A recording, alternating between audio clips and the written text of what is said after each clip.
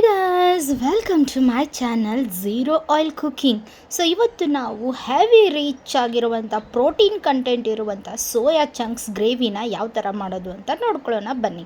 Diabetic ಪೀಪಲ್ಗೆ protein ಅವಶ್ಯಕತೆ ತುಂಬ ಇರೋದ್ರಿಂದ ನಾವು ಪ್ರೋಟೀನ್ಸ್ನ ತೊಗೋಬೇಕಾಗುತ್ತೆ. ನೀವು ಹೆಸರು ಕಾಳು ಇಲ್ಲ ಸೋಯಾ ಚಂಕ್ಸ್ ಈ ಥರ ತೊಗೋಬೋದು. ಬಟ್ 15 ದಿವ್ಸಕ್ಕೆ ಒಂದಿನ ಮಾತ್ರ ನೀವು ಸೋಯಾ ಚಂಕ್ಸ್ನ ತಿನ್ನಬೇಕು. ಡೈಲಿ ಯೂಸ್ ಮಾಡೋದು ಸರಿಯಲ್ಲ.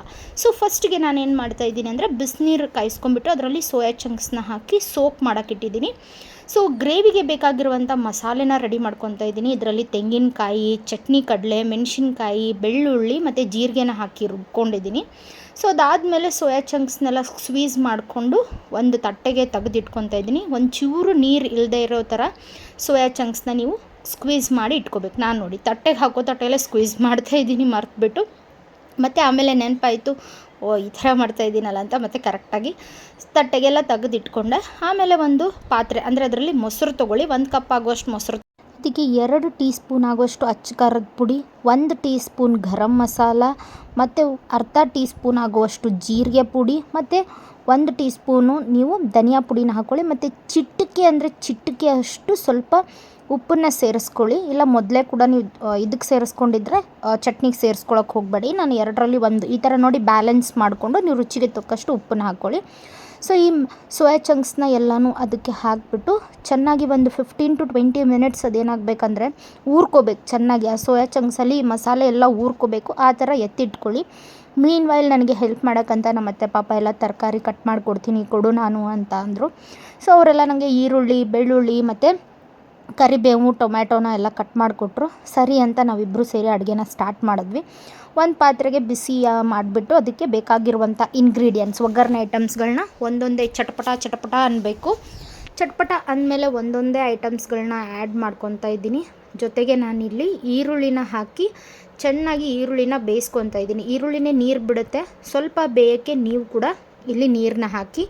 ಈರುಳ್ಳಿ ಚೆನ್ನಾಗಿ ಬೆಂದಿದೆ, ಅದರಲ್ಲಿ ಯಾವುದೇ ರೀತಿಯಾದಂಥ ಹಸಿ ವಾಸನೆ ಇಲ್ಲ ಅಂದಮೇಲೆ ಮಾತ್ರ ನೀವು ಟೊಮ್ಯಾಟೋನ ಆ್ಯಡ್ ಮಾಡಿ.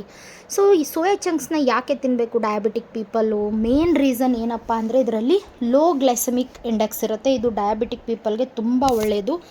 ಎಲ್ಲ ಡಯಾಬಿಟಿಕ್ ಪೀಪಲ್ಲು ಅಥವಾ ಆಟೋ ಇಮ್ಯೂನ್ ಇರೋರು ನಾವು ಯಾವಾಗಲೂ ಲೋ ಗ್ಲೈಸೆಮಿಕ್ ಇಂಡೆಕ್ಸ್ ಇರುವಂಥ ಫುಡ್ಗಳನ್ನೇ ತೊಗೋಬೇಕು. ಪ್ಲಸ್ ಇದು ಹೈ ಪ್ರೋಟೀನ್ ಇದೆ, ರಿಚ್ ಇನ್ ಫೈಬರ್ ಇದೆ. ಮೇನ್ ಡಯಾಬಿಟಿಕಲ್ಲಿ ನಾನು ಯಾವಾಗಲೂ ಹೇಳ್ತಾ ಇರ್ತೀನಲ್ಲ, ನಮಗೆ ಬ್ಯಾಡ್ ಕೊಲೆಸ್ಟ್ರಾಲ್ ಜಾಸ್ತಿ ಇರುತ್ತೆ.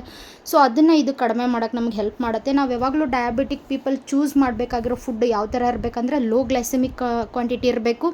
ಪ್ರೋಟೀನ್ ಮತ್ತು ವಿಟಮಿನ್ಸ್ ಎಲ್ಲನೂ ಅದರಲ್ಲಿ ಜಾಸ್ತಿ ಇರಬೇಕು. ಅದರ ಜೊತೆಗೆ ನಮಗೆ ಬ್ಯಾಡ್ ಕೊಲೆಸ್ಟ್ರಾಲ್ನ ನಾವು ತಿನ್ನೋ ಫುಡ್ಡಿಂದನೇ ಕಡಿಮೆ ಮಾಡ್ಕೋಬೇಕು. ಇಲ್ಲಾಂದರೆ ಏನಾಗುತ್ತೆ, ಕೊಲೆಸ್ಟ್ರಾಲ್ ಕಡಿಮೆ ಮಾಡ್ಕೊಳ್ಳೋಕ್ಕೆ ನಮಗೆ ಎಕ್ಸ್ಟ್ರಾ ಏನು ಮಾಡ್ತಾರೆ ಗೊತ್ತಾ, ಟ್ಯಾಬ್ಲೆಟ್ಸ್ಗಳನ್ನ ಕೊಡ್ತಾರೆ. ಅದಕ್ಕೋಸ್ಕರ ಸೊ ಬೇಸಿಕ್ ಮಸಾಲೆಗಳನ್ನ ಹಾಕ್ಕೊಂಡು ನಾನು ಮತ್ತೆ ಅದನ್ನು ಚೆನ್ನಾಗಿ ಬಾಡಿಸ್ಕೊತಾ ಇದ್ದೀನಿ. ಸೊ ಟೊಮ್ಯಾಟೊ, ಈರುಳ್ಳಿ ಮತ್ತು ಮಸಾಲೆದೆಲ್ಲ ಹಸಿ ವಾಸನೆ ಹೋಗಿ ಅದು ಫುಲ್ ಬೇಯಬೇಕು. ಫುಲ್ ಸಾಫ್ಟ್ ಕನ್ಸಿಸ್ಟೆನ್ಸಿಗೆ ಅದು ಬರಬೇಕು. ಸೊ ಫುಲ್ ಸಾಫ್ಟ್ ಕನ್ಸಿಸ್ಟೆನ್ಸಿಗೆ ಅದು ಬಂದಮೇಲೆ ಒಂಥರ ಘಮ ಬರೋಕ್ಕೆ ಸ್ಟಾರ್ಟ್ ಆಗುತ್ತೆ ಬೇಸಿಕ್ ಮಸಾಲೆದೆಲ್ಲ. ಸೊ ಆವಾಗ ನೀವೇನು ಮಾಡಬೇಕು ಅಂತಂದರೆ ರುಬ್ಬಿಟ್ಟಿರೋವಂಥ ಮಿಶ್ರಣನ ನಾವಿಲ್ಲಿ ಆ್ಯಡ್ ಮಾಡ್ಕೋಬೇಕು. ಸೊ ಫಸ್ಟು ಅದೇನೋ ಗಟ್ಟಿ ಮಿಶ್ರಣ ಇದೆ ಅಲ್ವಾ, ಸೊ ನಾನು ಅದನ್ನು ಇಲ್ಲಿ ಆ್ಯಡ್ ಮಾಡ್ಕೊತಾ ಇದ್ದೀನಿ. ಸೊ ಅದನ್ನು ಚೆನ್ನಾಗಿ ಕಲಸಿ ಅದ್ರದ್ದು ಹಸಿ ವಾಸನೆ ಹೋಗಬೇಕು. ಜೊತೆಗೆ ಸ್ವಲ್ಪ ನೀರು ಆ್ಯಡ್ ಮಾಡ್ಕೊಳ್ಳಿ. ನೋಡಿ, ಅದು ಬೇಯಕ್ಕೆ ನೀರು ಬೇಕು ಅಂದಾಗ ಆ್ಯಡ್ ಮಾಡ್ಕೊಳ್ಳಿ. ಒಂದೇ ಸತಿ ಎಣ್ಣೆ ಎಲ್ಲ ನಾವು ಮಾಡ್ತಾಯಿದ್ದೀವಿ ಅಂತ ನೀರನ್ನ ಜಾಸ್ತಿ ಹಾಕೋಕ್ಕೆ ಹೋಗಬಾರ್ದು. ಅವಾಗೇನಾಗುತ್ತೆ, ಟೇಸ್ಟು ಕೆಟ್ಟೋಗ್ಬಿಡತ್ತೆ, ತಿನ್ನೋಕ್ಕಾಗಲ್ಲ. ಸೊ ಅದಕ್ಕೋಸ್ಕರ ನಾವು ಇಲ್ಲೇನು ಮಾಡಬೇಕು, ಸ್ವಲ್ಪನೇ ನೀರನ್ನ ಆ್ಯಡ್ ಮಾಡಬೇಕು. ಸೊ ನಾನಿವಾಗ ತೆಂಗಿನಕಾಯಿ ಮಿಶ್ರಣ ಏನು ಮಾಡ್ಕೊಂಡಿದ್ನಲ್ಲ, ಸೊ ಅದನ್ನು ಹಾಕಿ ಚೆನ್ನಾಗಿ ಕಲಿಸ್ತಾ ಇದ್ದೀನಿ. ಅದೇನಾಗುತ್ತೆ ಅಂದರೆ ತೆಂಗಿನಕಾಯಲ್ಲಿರೋ ಒಂದು ಎಣ್ಣೆ ಅಂಶ ಏನಾಗುತ್ತೆ ಬಿಡೋಕ್ಕೆ ಸ್ಟಾರ್ಟ್ ಆಗುತ್ತೆ. ಸೊ ಅಲ್ಲಿವರೆಗೂ ನಾವು ಅದನ್ನು ಚೆನ್ನಾಗಿ ಕುಕ್ ಮಾಡಬೇಕು. ಸೊ ಸ್ವಲ್ಪ ಕೈ ಆಡಿಸ್ತಾ ಇರಿ, ಇಲ್ಲಾಂದರೆ ತಳ ಹಿಡ್ಕೊಂಬಿಡುತ್ತೆ. ಸೊ ತಳ ಹಿಡ್ಕೊಳ್ಳದೆ ಇರೋ ಥರ ನೋಡಿಬಿಟ್ಟು ನಾವು ಚೆನ್ನಾಗಿ ಅದನ್ನು ಅಳ್ಳಾಡಿಸ್ತಾ ಇರಬೇಕು. ಸೊ ಅಡುಗೆ ಮಾಡುವಾಗ ಒಂದು ದೊಡ್ಡ ಕೆಲಸ ಏನಪ್ಪ ಅಂದರೆ ಈ ಅಳ್ಳಾಡಿಸೋ ಪ್ರೋಗ್ರಾಮೇ ಜಾಸ್ತಿ ಇರುತ್ತೆ. ಸೊ ಅದನ್ನು ಚೆನ್ನಾಗಿ ಮೂಡಿನ ಮುಚ್ಚಿಬಿಟ್ಟು ಇಟ್ಬಿಟ್ರೆ ನೀವು ಅದು ಚೆನ್ನಾಗಿ ಬೇಯ್ಕೊಳ್ಳುತ್ತೆ.